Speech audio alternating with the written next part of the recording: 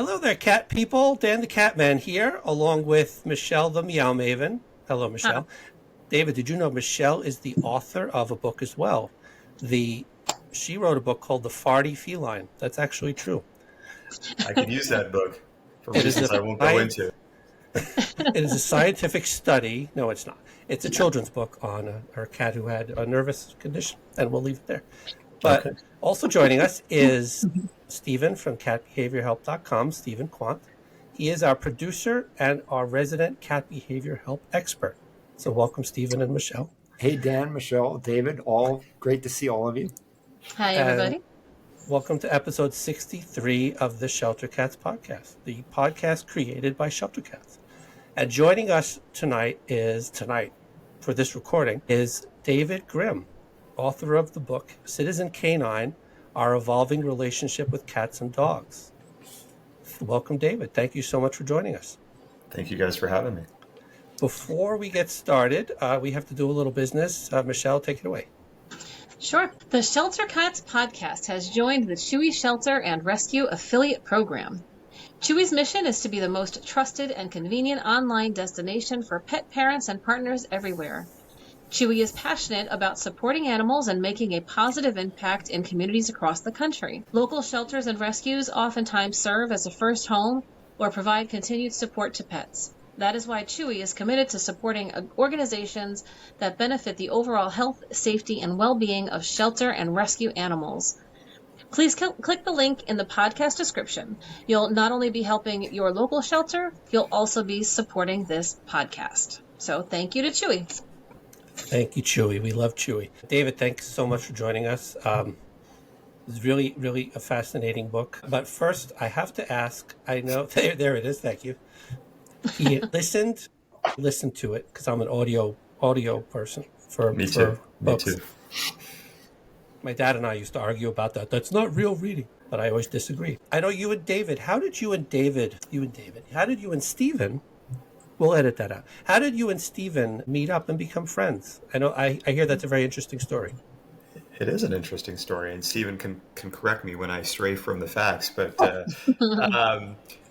family moved to New York about 5 years ago, right in the middle of that first summer of the pandemic, which was a lot of fun. And I think, I'm trying to remember the exact. Maybe it was 2021 actually. Maybe within a year of moving, we had adopted 2 kittens, speaking of shelter cats, from Brooklyn Rescue, and Iggy and Spud, who we still have. We got them when they were about maybe 4 or 5 months old. And unlike our previous cats, they sort of, especially Spud, came with some kind of annoying behavior problems. He went psychotic whenever we broke out food. He would almost literally do parkour off the walls in the kitchen, and he was scratching people up because he just couldn't control himself when he saw food. And that was his main issue. There may have been a couple of other issues. Even though I wrote a book about cats and dogs, I am not an expert in cat behavior. And so on a whim, I can't remember exactly how I came across Stephen's name. I may have asked a community group on the island, or may have done a Facebook search. Stephen, how would I have found you? Do you remember? Yeah, I think you said something about you got some sort of referral from somebody. I think I did, There was a guy on the island. I think somebody on the island. So Dan and Michelle, if you don't know, Stephen and I, I'm sure you know about Stephen, but we both live on Roosevelt Island, which is this tiny little slice of paradise in the middle of the East River, just across from the east side of Manhattan. It's sort of wedged between the east side of Manhattan and I guess Long Island City and Astoria in Queens. But anyways, so somebody recommended Stephen. I shot him an email. I didn't hear back. And I think that was because it maybe went to spam. And so I was just like, oh, this is, I was like, well, this is not going to work. And then I think a few days or maybe a week went by, I re-emailed Stephen. He was deeply apologetic because I don't think he had gotten my original email.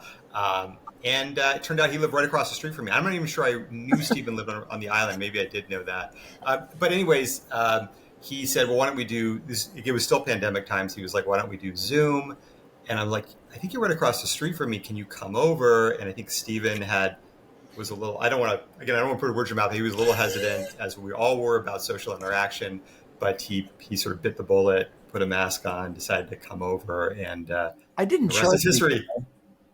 Tell me I didn't charge you. I don't think you You may have. I don't think you would charge me now, but you did charge me then. And it was well worth it. Whatever you charged me, Stephen, it was well worth it because I have to.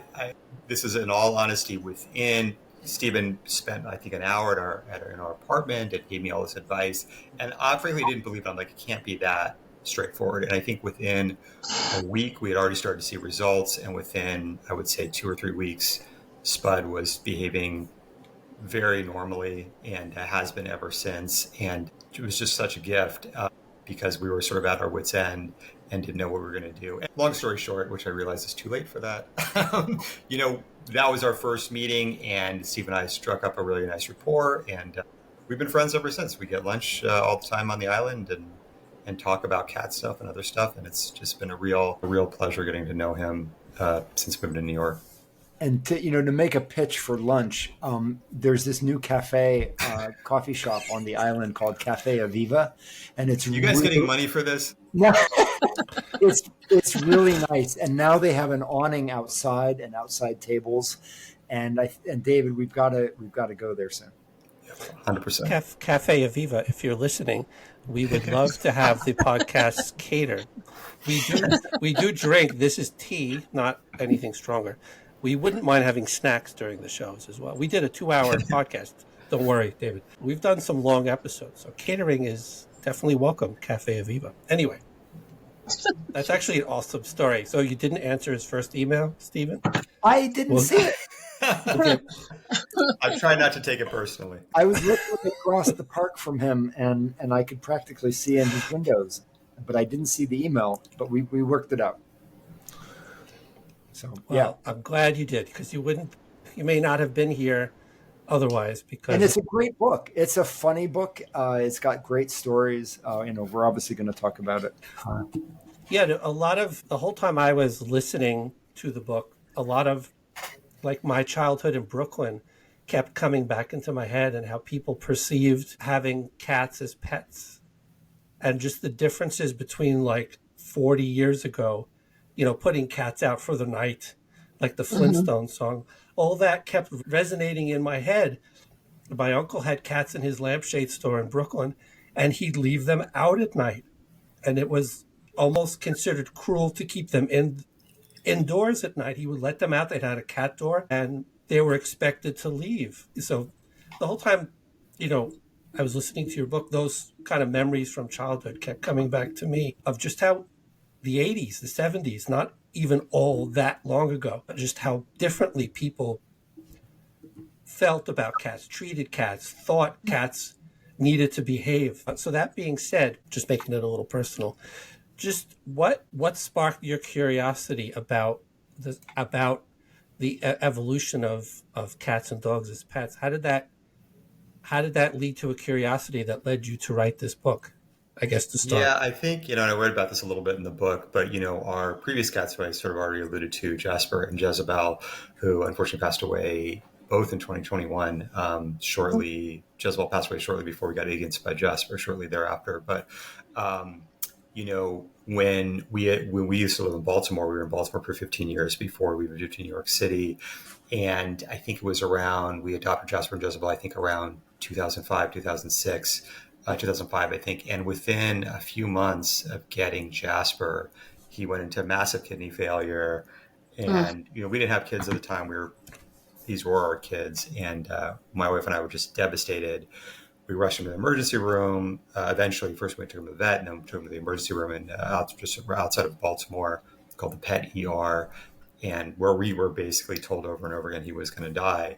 And, sitting there in the emergency room, Dan, exactly to your point, and seeing all of the other sort of pet parents there with, dogs and cats sort of in intensive care, and they're pulling out the second credit card to pay for whatever's going on, and just thinking about and we ended up spending, and this is when my wife and I were just basically just starting our careers. So we had not very much money, and we ended up spending, I think, about $3,000 because he was in the intensive care for a few days, and they were doing ultrasounds, and they had him on IVs and 24-hour watch. And thank God, he pulled through. And not only did he pull through, and they told us even if he pulled through, he was not going to live a long life. He pulled through, and he lived for 16 years. He actually lived longer than his sister. And it's just, we sort of joked it was sort of the miracle of Hanukkah with Jasper. I mean, he just, told us he was going to live for like, a few days and ended up living for 16 years. But, just sitting there in that emergency room and realizing, again, to your point, Dan, like,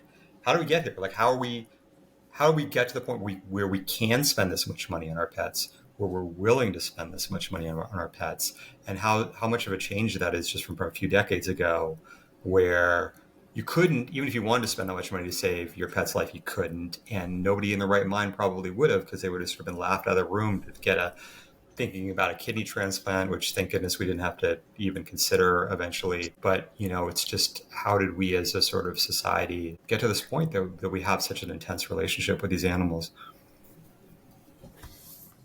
Yeah, the evolution is fascinating to me. Absolutely. So, did you want to, Michelle? Oh, sure. I was reading through your website and your various blogs and things on there, and there was one section where you were talking about different ways that animals are perceived and things like that. And one of the statements that you said was that there are some philosophers that feel that the only way we can save society is by eliminating cats and dogs from the face of the earth. And I was a little bit taken aback by that. Like, what is the logic in that? What's the idea behind that? Yeah, as the book goes on, so the book is sort of traces cats and dogs from the very beginning. I talk about sort of where they come from, who their ancestors were, and sort of how the very early days of cats and dogs, how they became domesticated and how they began to become part of society. Dogs with hunter-gatherers and cats probably in ancient Egypt. Even though I say in the book, this is the latest turn of the screw. I work for Science Magazine, and one of my pleasures about being there is they let me write about cats and dogs a lot. But a long time ago, people thought cats came from ancient Egypt because there's all this stuff associated with cats with ancient Egypt. And then there was this discovery about 20 years ago, what appeared to be a cat buried with a human thousands of years before ancient Egypt even existed, in this Mediterranean island called Cyprus. And then just most recently, a couple studies came out that said, no, it probably was ancient Egypt. That was probably a bit of a red herring. But, as the book goes along, it gets into trickier territory. I talk about, how they became part of society and part of the human household. But towards the end of the book, I really talk about sort of some of the ramifications of us sort of turning pets into kind of not people per se, but almost fellow citizens in a way. And yeah, there were a couple of folks I talked to who sort of think cats and dogs, even though they in fact, the guy who said that, who you're quoting, Michelle, is a big dog guy, but his name is Gary Francione. I believe he's still at Princeton. At least when I wrote the book, it sort of espoused this view that like cats and dogs are this sort of weird creation. They're sort of this weird hybrid between pet and person, and the way we treat them is really weird. And it's sort of society, because it's sort of breaking down these structures of what it means to be a person and what it means to be a citizen. And so, there are people like him, I think they call themselves abolitionists, but abolitionists in sort of the pet sense of the word, this idea that like, as much as we love cats and dogs, they're too much of an artificial construct. And so, society would be better off if we didn't have them. Now, clearly that's a minority view, but that was one of the things I really wanted to get into the book. Like, I didn't want this to be kind of a fluffy book. Like, I really wanted to get into some tricky stuff with pets, and it's not all sort of sunshine and rainbows. There's as the status of these animals continues to evolve, there's pushback and there's complications that arise from that evolving status. See, because I would think that my point of view, and maybe I'm sure you guys all agree, is that having pets kind of enhances your humanity. Like, I feel like it teaches you compassion, it teaches you empathy.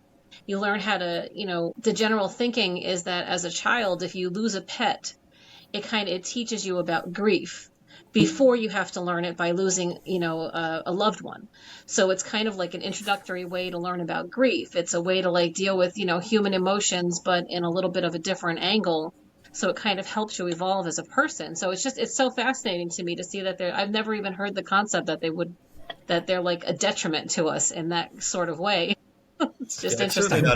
really not a mainstream view, but Right. it was something I really wanted to get into because again, I wanted to get into all of the recesses of, this weird evolving status of cats and dogs. And there's a lot of really great things about that. I think that we treat these Right. animals so much better than we used to, and they get so much better care than they used to.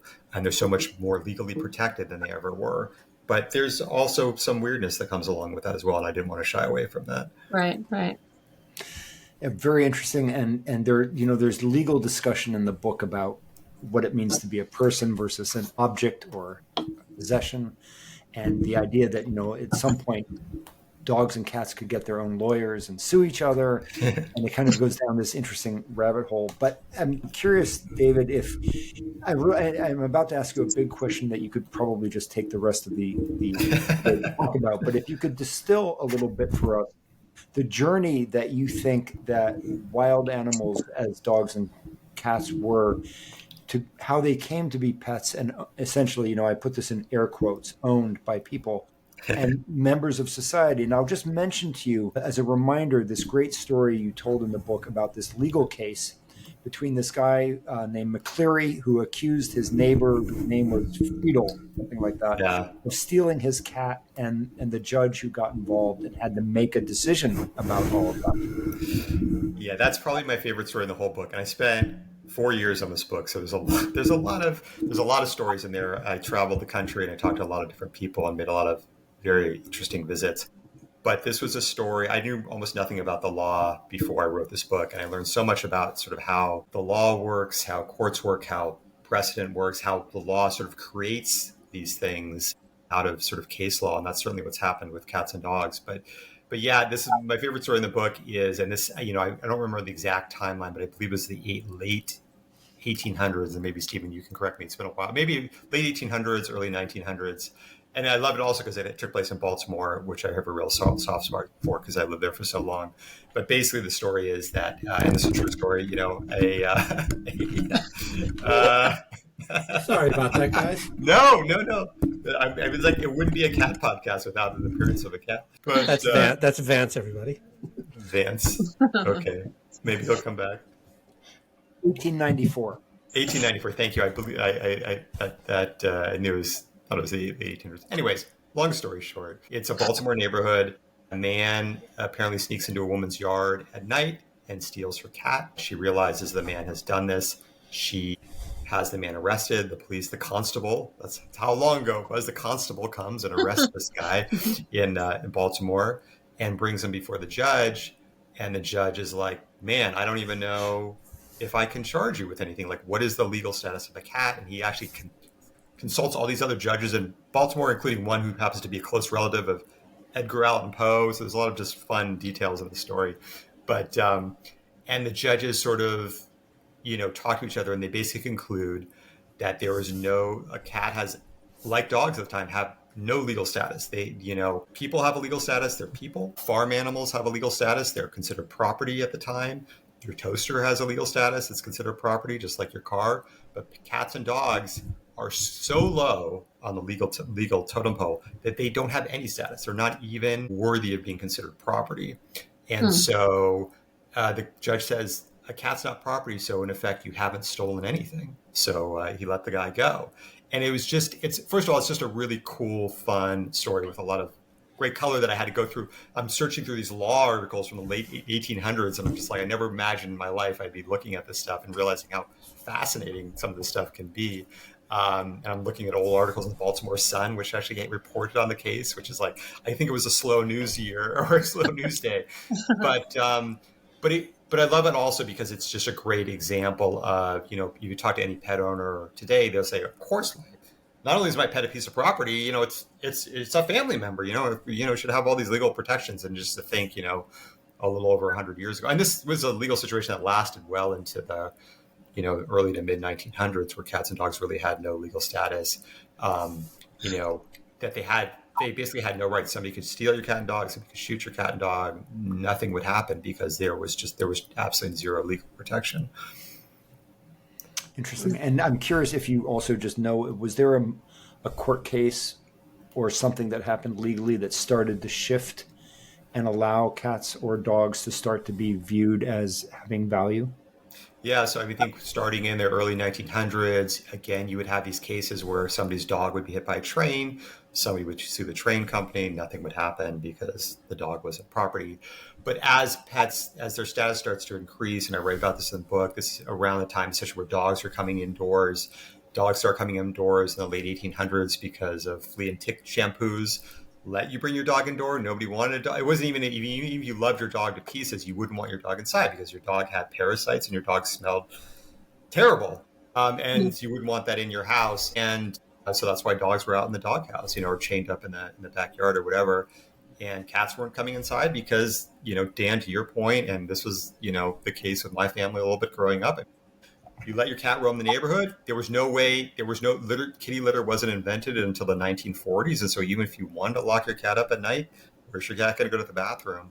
And so as cats and dogs start coming inside, this is one of the things I write about in the book. I think this is probably the most important thing that's ever happened besides the initial domestication, with the status of cats and dogs, us sort of bringing them inside where they're no longer an animal. They're not even no longer a pet because but they're coming inside, they're starting to sleep in your house, they're sleeping on the couch, they're sleeping with you, they're sleeping with your kids. All of a sudden, this is, in my opinion, this is the beginning of the road to them becoming family members. And so you have this happening, you have the rise of the pet industry happening around this time, you have the rise of veterinarians starting to pay more attention to, cats and dogs are something we should pay attention to, not just cows and horses. And so when these cases start coming before judges, now all of a sudden cats and dogs have this importance they didn't have before. And slowly but surely judges start saying, okay, yeah, this cat has value. It's worth $50 or, whatever. This dog's worth $100. And that builds and builds and builds until, you have people, decades later fighting over custody of their pets and all this other, and dogs getting lawyers and all this other stuff that's been happening in the courtroom over the past couple of decades. But that really starts with judges starting to acknowledge that, okay, these are entities with a legal value and that we can start assigning. And if people hurt this animal or steal this animal, there will be legal repercussions, which never happened before. Very interesting. So kind of one of the things that hooked me into the book was, I think you even said it a couple of times, is why was it cats and dogs and not foxes or some other animal? Like, how did they get so lucky is kind of my interpretation of it. Can you talk a little bit, again, without giving away the whole book, can you talk a little bit about how they became domesticated? I know this is going back and back, but it's fine. Did cats and dogs end up becoming domesticated, brought inside, and thought of as companion animals? Yeah, so dogs, and this is one of my favorite things to write about because it's a mystery, and every good journalist loves a mystery. But we still don't know exactly when or where or even how dogs were domesticated. We have theories, and there's research being done on it. But the general consensus is it probably happened sometime around 20,000 years ago, which is a long time ago. That's before anything else was domesticated, before any other animal, before any other plant. Dogs were the very first thing humans ever domesticated. We're not sure where it happened. Could have been Europe, could have been somewhere in China, somewhere in Asia. We just don't know exactly where. Siberia has had a lot of attention for dog domestication. But this is a time where humans are hunter-gatherers. They're living hand to mouth. They're roaming around. The last thing they have time for is to take an animal, try to care for an animal when they can't even care for themselves. So it was probably a very passive thing. The idea likely is, the reigning theory is that humans are sort of moving from encampment to encampment. They're leaving a lot of trash around, a lot of old, bones and stuff like that. Gray wolves, which are the direct ancestor of dogs, are sort of maybe those they're trying to get a meal. Those who are the least fearful of humans are the most likely to approach that campsite. And those that are most likely to approach that campsite, who are also the tamest, are also most likely to be able to reproduce because they're surviving better, because they've been able to sort of get a little close to humans and eat their scraps. And so the idea is over probably thousands of years, at least hundreds, probably thousands of years, you have this wild animal kind of passively, some people use the word self-domesticating into a very early dog. And again, even when that happened, people are not like, oh, great, a dog, like something else I get to take care of. These animals would have been not seen as pets and probably not as companions. They would have been seen as coworkers. Okay, dog, you're here, you're going to help me hunt this mammoth, you're going to help me chase down this rabbit, you're going to protect my hut at night or whatever against coyotes and wolves and other people. And so dogs have this very critical, people who had dogs are probably more likely to survive. And so there's even this theory that like dogs helped us evolve because, they not only were we important for their survival, they were important for our survival. And so you have this really tight bond that's probably a lot based on a mutual codependence more than any sort of sentimental relationship. I mean, we don't have a time machine. We have no idea, but that's probably likely. And very similarly for cats, whether it was, 5,000 years ago, 3,000 years ago, certainly a lot more recently than dogs, almost on the other end of the domestication spectrum from dogs, because by then you have some livestock being domesticated, maybe even before cats. But again, maybe the idea is maybe earlier farmers, they're growing grain. The grain's bringing in rodents from the desert. This is probably in the Middle East. Cats we know a little bit more about probably where they were domesticated. It's probably somewhere in the Middle East /Mediterranean. The when is still a little bit unclear, but a few thousand years ago. And so the cats are coming in hunting the rats and the mice. And again, they're the cats that are most comfortable around humans are the ones most likely to stick around. They're the ones most likely to survive. And you have maybe, again, the self-domestication process. This most recent study I wrote about posits this very interesting theory, which is mostly speculation, but, it posits that Egyptians, they had this goddess Bastet, who used to have the head of a lion. Bastet first came on the scene maybe about 5,000 years ago. I may be getting that wrong. Maybe about 3,000 years ago. I think about 3,000 BCE. Don't quote me on that. Anyways, she has the head of a lion. Over the course of time, these cults arise around her. She starts to get the head of a cat, which is really interesting. And the thing about Bastet is, if you were a follower of Bastet, you would go to these temples, and the way you would show your devotion is you would order yourself up a cat mummy. And Bastet became so popular, and the demand for cat mummies became so intense that people were literally herding cats, or at least, having them bring these cats or wild cats. The direct ancestor of the cat is an animal known as the Near Eastern wildcat or the African wildcat, which looks a lot like a cat but doesn't act a lot like a cat. And they would bring these cats in, or maybe these proto-cats in. And as these cats are in these temples and being sacrificed by the literal millions, so one of my scientists who's heading this research calls it the murder domestication pathway.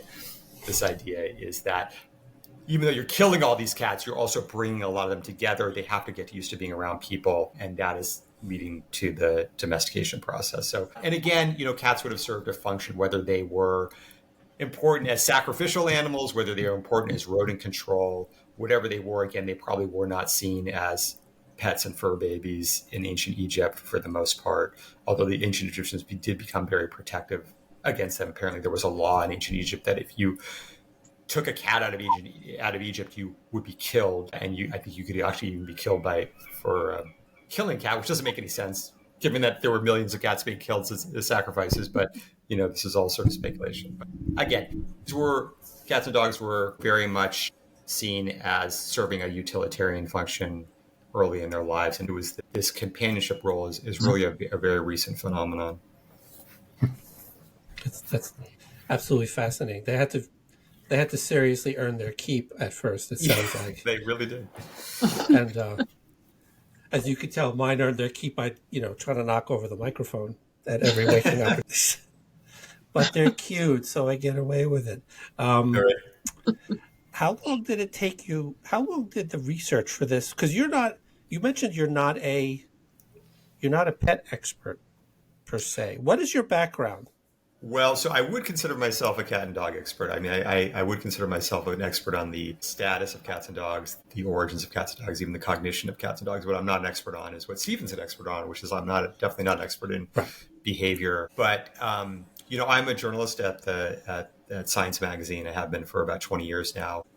The more sort of seniority I got at Science, the more I was able to sort of be able to start to pick and choose the stuff I could write about. And I wanted to be a vet when I grew up. That was what I thought I was going to be. And so I've always had a love of cats and dogs and an interest in cats and dogs. And this was sort of a very full circle moment for me. I actually trained to become a scientist. I have a PhD, but switched to being a journalist about 20 odd years ago, and was able, not too long thereafter to start writing a couple stories about cats and dogs.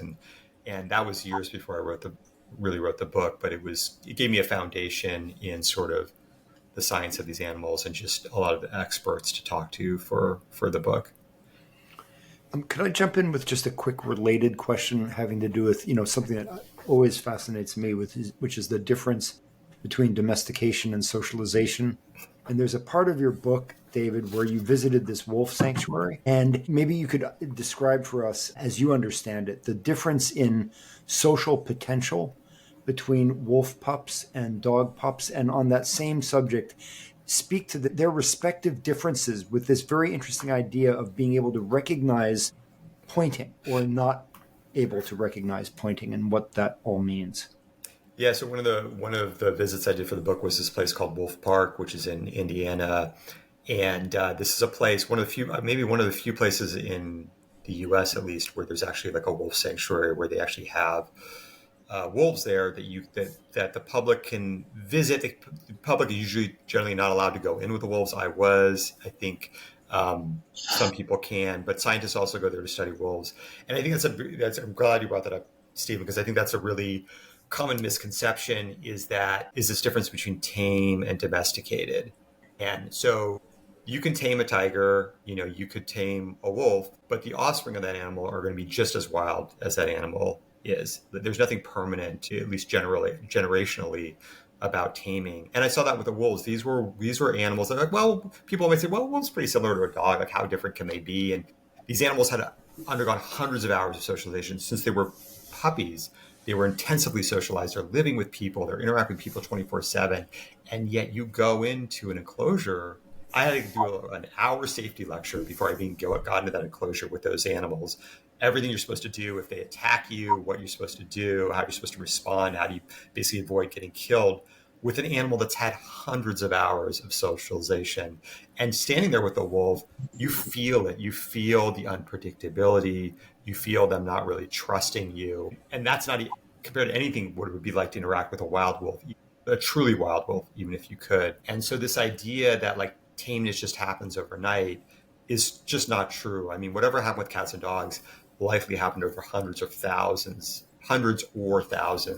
of years. It's just domestication is ingrained in the DNA that becomes part of the programming of this animal, and not only just the programming, but their whole genetic makeup. And so a cat, even if it's never encountered humans, that's going to be a feral animal. But if that cat has a kitten, as long as and Stephen can probably speak to this much better than I can, if that cat has a kitten, as long as you get that kitten early, that's going to be the most domesticated animal you ever met.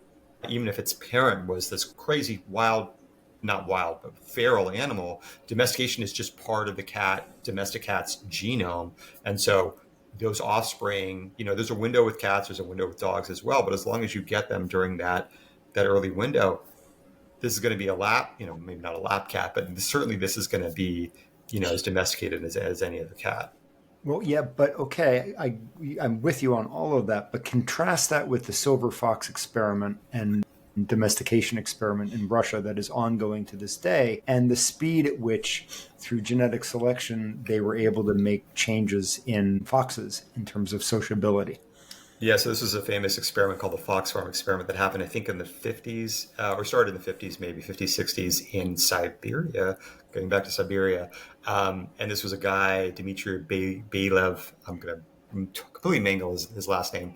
But he had this crazy idea of, can we take a wild animal like the fox and turn it into a domestic animal? And there's this idea. And so basically what he did was he would take foxes, and the foxes that bit, or try to attack their handlers, those got turned into fox fur, basically. And so he would keep the ones that didn't. Okay, now we've got ones that are a little less bitey. Let's breed those guys. Okay, now these guys are a little less bitey, and they're more likely to approach humans. Okay, let's kill all the ones. I don't know if they're killing them. They were maybe selling them off to fur trappers or whatever, but fur makers. But but let's keep the ones that are slightly more tame. And they did this a generation. And I think over the course of, I don't remember exactly how many years it was, they were able to turn these animals into something that almost resembles a dog. Their tails wagged, their coat color changed, they lost the traditional fox fur, they started to get kind of interesting patterns, sort of like we see in dogs today.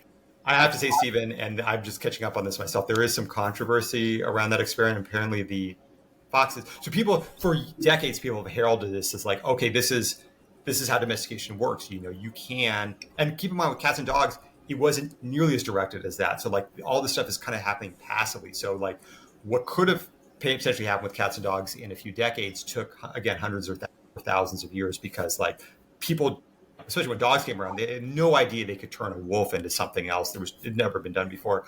So, and again, they certainly didn't have the time to do that. But I think there is some controversy that these foxes actually, that the Siberian group was using, were already from a farm. I'm going to get some of this wrong, but I think they were already they were very tame animals to begin with, and maybe already on the process to some sort of human-induced domestication. So what the Siberian group did was basically just finish the job, and maybe it may not have been that easy if they weren't taking foxes from the wild and doing this. They were taking foxes that are already very used to being around humans and doing this. Although, one more contrast on that, when I used to work with SPCA and field investigations where we'd go around the country on criminal cruelty cases, we saw in dogfighting cases, we saw puppies that were 12 weeks to 16 weeks old, and they were already highly dog aggressive. Yeah. And that was because those people were selectively breeding for dog aggression. Exactly. So you can make those changes if it's directed, it's intentional. Yeah, you certainly can. I mean, and that's how they came. And nobody waved a magic wand and transformed the genome of cats and dogs. It happened because of people either actively or passively. It was people either purposely or accidentally selecting for, I want this animal has to be tame, or it's going to be killed, or it's not going to be fed, and that leads to, okay, this animal's tame. This animal has to do a job for me. Otherwise, it's going to be killed, or I'm going to kill it, or I'm going to ostracize it from the village or whatever. And so what people were doing was a much more sort of low-key way of what the Siberian group were doing. And then just one more point, speaking of reintroducing wild genes, I mean, some people have this bright idea of crossing wolves with dogs. I think they're going to get this dire wolf from Game of Thrones or whatever. And what ends up happening is they often get the worst of both worlds. They get an animal that's not afraid of people, that's also very aggressive towards people, which is like the worst possible combination. So these genomes can be changed, sometimes dramatically and sometimes in very short order.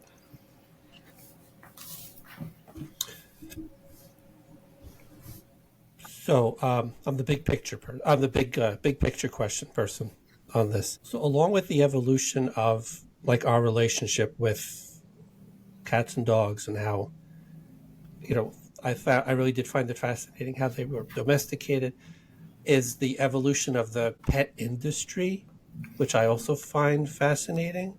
Is that something you could kind of touch upon, is along with, cats becoming our pets and acquiring rights, is also this multi-billion-dollar industry of food and vets and stuff like that. When, again, going back to my uncle's lampshade store, I don't know why I'm bringing this up so much.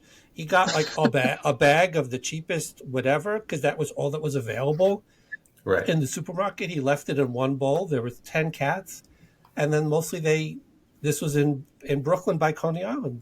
In his mind, they fended for themselves. Oh, they know they'll take care of themselves. They'll be fine. And if one of them didn't come back, you see, sometimes it just happens.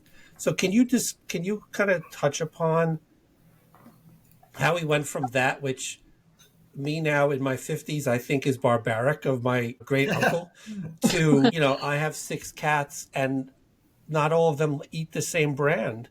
And I have to have different brands for different, because one of them, my Tucker, will look at a certain brand and I'm not eating this crap. Can you kind of touch upon how that developed alongside, everything to do with cats becoming such beloved pets? Is that something you could touch upon? Yeah, one of the most startling statistics I came across in the story, in researching my book, was just how big the pet industry is in the U.S. And my book came out in 2012, and at the time, pet industry in the U.S. was a $60 billion industry, which made it, I think the 7th largest industry in the United States, which is just crazy to think about. And now it's $130 billion. in just over a decade, it's more than doubled. And it's so much money that I think it's at the time of my book, and I'm sure it's still the case, what we spend on pets is more than the GDP of like half the world's countries, not combined, but like half the world's countries don't have a GDP of what we spend on pets. Now, is that all cats and dogs? No, it's probably mostly cats and dogs. I mean, there's probably horses in there too, and other animals. But given that cats are in maybe 30% of U.S. homes and dogs are in maybe 45% of U.S. homes, something like that. The statistics on this are always a little bit fuzzy. It's by and large cats and dogs. And just to think, and that's because of the stuff you're talking about, Dan. It's because of the food. It's because of the vet care that's available now, and the doggy daycare, and the pet sitters, and everything else. And yeah, my cats are the same way. Like, I think it's this weird circle. I don't want to call it a vicious circle, but it's this weird circle where we feed our animals. It's one of my favorite. All the terminology around pets has changed so much too. It's like we don't no longer. We as you guys know, we adopt pets now. You used to just like, I don't even remember what the terminology used to be. You would buy them, or you would get them, or whatever you would do from a shelter. But one of my favorite examples of that, is that livestock get feed and cats and dogs get food. I love that, Yeah. And it says everything. It says everything, right? Because it says we are treating them like people, and that goes along. When I was a kid, our cats got like Meow Mix, and nothing against Meow Mix, but it's probably not. It's probably like eating potato chips 24/7, and now my cats eat. Now in my family, my cats eat. This high quality. Grain free. I don't think it's locally sourced, but it's like Almost. Yeah, probably. And you can get that. I mean, you can get that certainly for dogs, at least, and probably for cats as well. You can get the raw food and the locally sourced and the organic and stuff like that. We haven't gone quite that far, but it's and compared to sort of what they were eating just a few decades ago. But to my circle argument, it's sort of like we feed them that because we want them, because we view them as people, or as family members, and because we view them as family members, we feed them that, and the food in these cans is probably, talking about, a lot of the rest of the world, it's probably better than what people are eating in large portions of the globe. I mean, just the quality of the nutrients, the freshness. Well, it's probably not that fresh, but the quality of the meat and stuff like that. It's insane, this all starts again probably in the early to mid 1900s, where you have the rising status of these animals. All of a sudden, well, I'm not certainly, there wasn't grain-free dog food back in the 1940s, but there was this move. People used to give their pets table scraps, whatever's left over from this, chicken bone or whatever, the dog gets that. Maybe not even feeding the cat. Cat can go out and hunt at night. We're not going to feed the cat. The cat's going to go out and get its own meals. To this idea, well, I wouldn't treat a family member like that, right? And so now, and again, stepping out of circle, it's like people are willing to pay for this. So this stuff starts being provided. And because this stuff starts being provided with these fancier and fancier foods, well, I can't give my cat or dog the less fancy food. Now, I go to PetSmart or Petco. It's just like a grocery store. I mean, there's shelves and shelves of this stuff. Okay, well, now I got to feed them better food. Oh, now you're buying better food. Well, there's this even better food. Well, of course, this is a family member. So, it's just like all this stuff really feeds on each other. Absolutely. I had a friend that used to boil chicken and pasta and broccoli for her Shih Tzu. And he had I forget the brand. It was a very high-end dry food, and that was his food. And I had to watch him for about 6 weeks when she had her apartment redone. And every night she would send, weekly, she would send me, my freezer was full of chicken cutlets for him, and I had to boil them, and he ate it. This dog had a healthier diet than I did. For those, I'm ordering Chinese food. I'm eating like crap. He's eating, boiled, steamed food. Half the time I'm thinking maybe I should just share his food. I'd probably lose a couple of... Right. And, I think the interesting thing with a lot of stuff is it becomes more socially acceptable. Like if you had said 30 years ago, I'm giving my dog this raw food diet, or, this grain-free blah, blah, people would have thought you were an absolute crazy person, right? And now it's completely socially acceptable to do that, to the point where, like, in any major city, there's doggy bakeries. It's like, I live in New York City, but even when we were in Baltimore, they had a doggy bakery. It's just like, like I'm going to go in and like these cookies look delicious, but you wouldn't eat them. But like they're like they're baking. They're in the back They're in the back of this shop baking goods, baked goods for dogs. It's, can you imagine talking to somebody like maybe even in the 70s, the 60s or 70s about that? We thought you were just completely off your rocker. And David, even in the 80s, I mean, I grew up, cats and dogs, and it was literally, we would just let the dog outside. We would let, the cats, we would let outside and the dog outside, and then call it and come back in. And then at the end of the night, and that was fine.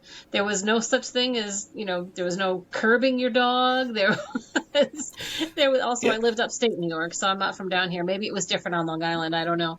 But like they would just roam, and then they came in at night, and well, hopefully they came in at night, and you'd feed them whatever you would feed them. There was no real thought to it. It was just, it is what it is. Michelle, a week ago, I had to take one of my cats, Jenny, in to see a neurologist at a major hospital. And she's fine, okay? Yeah. But when I tell people this, they often express concern, but no one bats an eyelash that I saw a neurologist for my cat in a 24/7 hospital. Yeah. Yep, it's amazing. And it actually reminds me, I wanted to bring up, David, earlier you were talking when I think Dan had asked you about the evolution, like when animals started to become more, domesticized and things like that. And you mentioned that, there was a time in the, before cat litter was invented, before, the dog food was invented, before flea and tick medicine was invented. And it's such a difficult concept to wrap our heads around because, well, my entire life, Dan and I are about the same age, our entire lives, there's been cat litter. There's been flea and tick medicine. I mean, we have an abundance of choice nowadays, but like there's always been those products. So I guess we just kind of assume that they've always been there in some form or another. But it makes perfect sense that they didn't exist once. Somebody had to invent them at some point. It's it's such a foreign concept to think about that time when those things didn't exist, 100%. Yeah. Just shows how, this always sort of comes up when I talk about the book, or at least I try to bring it up, which is that, because I sort of write about cats and dogs and our relationship with them as this magical thing, and we've reached this sort of magical point, and isn't it amazing? And I believe that, but I also realize that, what's happening in the U.S. and in Canada and, and a lot of Europe is not true for a lot of the rest of the world. I mean, we were just in Morocco a couple weeks ago, and cats are kind of revered there in a way. They're in a way it's much more of a cat culture there than a dog culture, having to do, I believe, with some tenets of Islam, but don't quote me on that. But cats are they're living hand to mouth on the street. They're probably living a couple years if they're lucky. They're not indoor pets at all. This is a poor country where, again, people, they got to think about themselves. And yet it's a poor country where people are barely sort of getting by in a lot of cases. And yet these butchers, they're still tossing meat to the cats on the street because that's just what you do, and you take care of them. But, and this is true in a lot of South America as well. Like cats and dogs are they're not indoor pets. They're not family members. People may care about them, and maybe people view them as pets, but this relationship we have, and even in the U.S., it's not monolithic in the U.S. too. There's certainly pockets of the U.S. where this is probably not the case, but and so every time I start to go like, gosh, this is so magical and amazing, and like, how did we get here? And it's not really true for a lot of the world. Right. So I also wanted to bring up, which I find this interesting, you kind of glossed over this before, that you have a PhD, and what you didn't say was that it was in genetics. which I think is fascinating because I feel like that ties everything together. Because you said you wanted to be a vet when you were younger, and now here you are, kind of an expert on the history, the genetics, if you will, the evolution of animals, of household pets. I think it's very interesting that you kind of started off studying genetics. I'm assuming it was human genetics, but now here you are, with this book and all this knowledge and expertise on the genetics of animals, which I think is really pretty cool. Like, kind of, I don't know, as far as I can see, like full circle type of moment. I like that too, because I really do feel like, I've always been an animal lover. I wanted a career where I was with animals, and then I sort of drifted away from that and came back to that kind of in a different way. Yeah. So it's been nice to sort of be immersed in that again. Right. Which leads me to my next question. Where do you think we're going from here in terms of the relationship with cats and dogs? Can you speculate on the next 10 or 20 years? Do you see anything changing? Like a more closer integration? I've often thought one of my cats would make a better president. This is not a political podcast, but half the time my cat could have made a better speech. Where do you see this going in terms of, you literally just said, in many respects we've reached this wonderful sort of kumbaya, and I agree with that. I can't tell you how many times I've canceled plans or dates because I've chosen to spend the evening with my cats and Netflix. That is not sarcastic. That's actually true. I've found the companionship with them to be more appealing than getting dressed, going on a date, pretending I care what they do for a living, any of that stuff. Where do you see this? Where do you see this going? Is that something you'd want to speculate on? Yeah, I mean, I sort of write about this towards the end of the book because I'm trying to future cast a little bit and see where, on this trajectory, where do things go? And I think a couple of things, getting back to other countries, I think what is changing, which we're already seeing, is that this is increasingly not just a phenomenon of the Western world.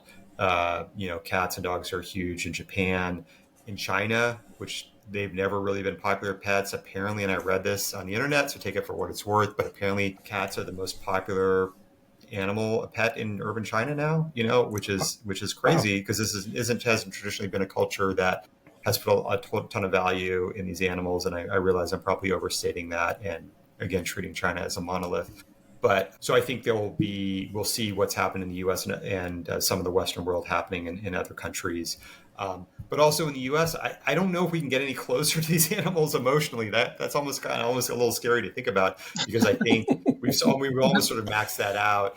And so I think the evolution will be potentially legally. I talked a little bit about how cats and dogs used to be nothing legally, and now they're property. And even when they got this property status, they're still in that status. Some people have a really hard time believing that. They're like, I don't view my cat or dog as a toaster, but legally they're pretty much still kind of toasters. I mean, they, with exceptions. I mean, you wouldn't give a lawyer to a toaster. Dogs aren't getting lawyers left and right. There's only been a few cases, but it has happened. Custody battles aren't being fought over toasters. People are starting to get emotional distress damages for cats and dogs being killed, which you usually reserve for people. You can leave money to your pets now legally, which you didn't. So none of this stuff is true of other types of property. And yet cats and dogs still remain property, because either you're nothing, you're property, or you're a person. There's really no gray area as far as the law is concerned. And so the question is, will this change for cats and dogs, as they become more integrated into society and more sort of emotionally and socially part of our lives? One of the people I talked to towards the end of this book is a legal theorist named David Favor. He has this concept called living property, which is this idea that we don't have a category, but let's create this category where we could put pets and maybe farm animals or other types of animals in this category, where these animals would have some rights, maybe the right to be free from abuse and the right to be cared for, maybe even some rights to some basic, veterinary care or whatever. But we wouldn't have to sort of broach this idea of legal personhood with these animals. We could sort of keep our hands off that, because that's very controversial, as I sort of brought up earlier. But this idea that legally we could maybe evolve them into this new status. And so I think that may be an area where we see some changes maybe in the coming decades. But beyond that, unless they're eating the exact same food we're eating and going to the exact same doctors we're going to, it's hard to imagine a whole lot more evolution happening on the social side. What do you think the chances are of me being able to claim them as dependents? Yeah, my aunt used to do my taxes, and before my wife and I had kids, I would always joke. I'm like, why can't I? She was actually a big cat person too. She is a big cat person, and I would say, why can't we claim them as dependents? We're not quite there yet. I wonder if that might change. I don't know. I wonder if there's even a movement to do that. But you aren't the first person that's brought that up. Yeah. Well, let's start the movement. I think that's what we need to do. Let's get this movement going. One thing that's certainly changed in New York City is people bring their dogs into restaurants all the time. There have been articles about it in the Times where they say that restaurant owners won't refuse them. And I've seen it in restaurants. People walk in holding their dogs. They're not on the floor, but they hold them and they put them in their lap and no one says anything. Yeah, again, that's a fairly recent, not super recent, but it's a pretty recent phenomenon, that's, again, there's so much has to happen for that to happen. The restaurants have to allow it. Other customers and patrons have to be okay with that. If other patrons weren't okay with that or was viewed as not socially acceptable, it wouldn't be happening. And the fact that nobody bats an eye now anymore, especially when you're out doing outside seating, and the waiter brings the dog a bowl of water. I've seen that happen. It's just like, it's like the dog's being served as well. It's crazy. I haven't seen any cats at restaurants. I don't know if you have, Stephen, but I've always wanted to bring mine to a restaurant. I've always said I would, but I haven't. my guess is that probably wouldn't be fun for anybody, but right. I could be wrong. Well, you see, there's a few people that are, I guess they'd be considered travel bloggers or I'm not sure what they're considered, but they're creators where you see people traveling with their cats. Like they ride their bike cross country or they're doing an, international trek from, India to, I don't know, Germany or something. And you see them with cats in like backpacks or in a little basket of the bike. I cannot imagine either of my cats or any cat I've ever had sitting. It's just being okay with that and just sitting still enough and not running away and jumping. I can't even imagine. That's got to be a special type of cat that can go along for that kind of ride. I always have mixed feelings about that stuff because on the one hand, I am so glad. I think if any animal needs good PR or better PR, it's cats. They're by almost any count, they're either the world's most popular or second most popular pet, and yet most people hate cats. I think that's just the fact of the matter. Even in the U.S., where cats are an incredibly popular pet, they have terrible PR. People that don't, especially obviously people that don't own cats. And so to see them out there, that's been one of the great things about the internet is that, because you would always see dogs, you'd see dogs, even if you didn't own a dog, you would see a dog playing Frisbee or, you were seeing dogs all over the place and chances are interacting with dogs. And I think that helped the reputation of dogs so much. And cats were shut-ins, literally, And so to see them on YouTube doing fun stuff, doing cool stuff, doing this travel stuff, I think it's just such great PR that these are great animals too. People love them. They can adapt to people in a lot of the same ways dogs do. I think the thing I worry about maybe more with cats than with dogs, having known cats for my whole life, is the cat enjoying this, right? Because I can't remember which cat it was. I don't know if it was Grumpy Cat or Little Bub or one of the really famous internet cats, but the owner of the cat had the opportunity when this cat became very famous to sort of travel the world with the cat and do signings. And he said, I'm not going to do that because it would be great for the book, but it'd be terrible for my cat. He would hate it. He would absolutely hate it. And why am I going to stress my cat out on a plane or traveling around the country? It's clearly not something he wants to do. And because I care about his well-being and his stress levels, that's something I'm not going to. I'm not saying these travel bloggers are in the wrong. I'm just saying that because I've seen cats surfing, and the cat could get the heck off that surfboard probably if the cat wanted to. So, I think it's up to the individual cat, but I would hope that everybody's keeping the best interests of the cats in mind here too. Oh, I know, Stephen, I know you wanted to close with, you had a question you wanted to close with. Well, you may get the last question. I actually wanted to read a quote from, yeah, and the question I was going to ask, you've already asked, Dan, about the future. So, but I was wondering if I could read a short quote from David's book to kind of close with. Would that be okay, David? Please. Yeah. So this is, you're outside at this moment with Jasper, and you say, we both stare off into the distance. He wants to be out in the world, but he also wants to be here with me. I know I won't have him forever, but I have him now. So here we stand, two species drawn together over millennia, bonded by love and law. Who knows what the future will bring? For now, he has me, and I have him, my pet, my friend, my family.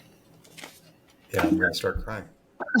Especially since he's since passed away. But yeah, I mean, I think, I guess maybe just to close, I think, people give cats a hard time, especially people that don't like cats or don't know cats, for being sort of wild and antisocial and aloof and all this other stuff. But I think almost anybody who's owned a cat knows that that's not true, that these are animals that are deeply bonded with people and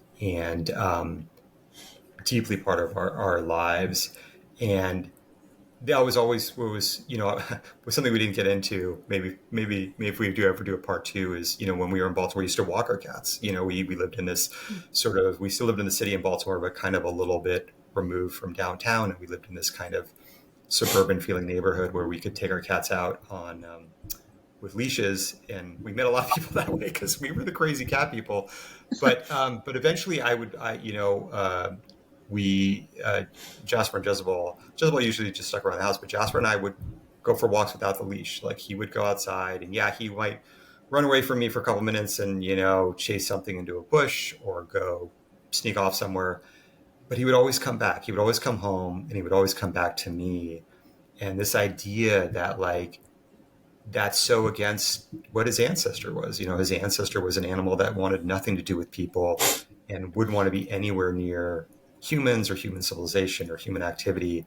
And now here we have these animals that just, they've got their own mind and their own opinions and all this other stuff. But, like, fundamentally, there's almost nowhere in the world, except for, I think, in the outback of Australia, where cats live, where domestic cats live, where there aren't people. The cats are always next to people, whether they're living in our houses or they're living in as sort of ferals in our neighborhoods. They're bonded to us as people and as a society. And I think that's something a lot of people don't give them credit for, that this is part of their nature. Is they've still got a little bit of a wild part of their nature, but part of their nature is to be part of our lives one way or the other. And that's what I think that I was trying to get that with Jasper, that I loved him more than almost anything in the world. And I felt that reciprocated because we were out there and he could have been 50 other places and he's sitting there with me. It was just a remarkable thing. I love that quote. I absolutely love that quote. I could not agree with that sentiment more. My cat, I've had a cat that's literally saved my life from a very dark period of my life just by being a cat. So all this evolution, all this history brings to the point where this one cat was able to sense, you going through some shit, man. I'm going to be there for you. Just by laying on my face, he kept me from going down a very dark path. So I love that quote, because I could not agree more. From two walks of life, two different species. He could have been anywhere else, and I just love it. David, there will definitely be a part two, because we could talk to you for days. So thank you so much for joining us. Thank you guys so much. Citizen Canine, Our Evolving Relationship with Cats and Dogs, is available everywhere you get your book. There it is. It's also an audiobook. So wherever you get your audiobooks. David, thank you so much for joining us. This was amazing, an amazing eye-opening experience. Thank you so much. Thank you guys so much. It was really wonderful. I really, really enjoyed that. Thanks. And we'll see you in the next episode. Bye for now.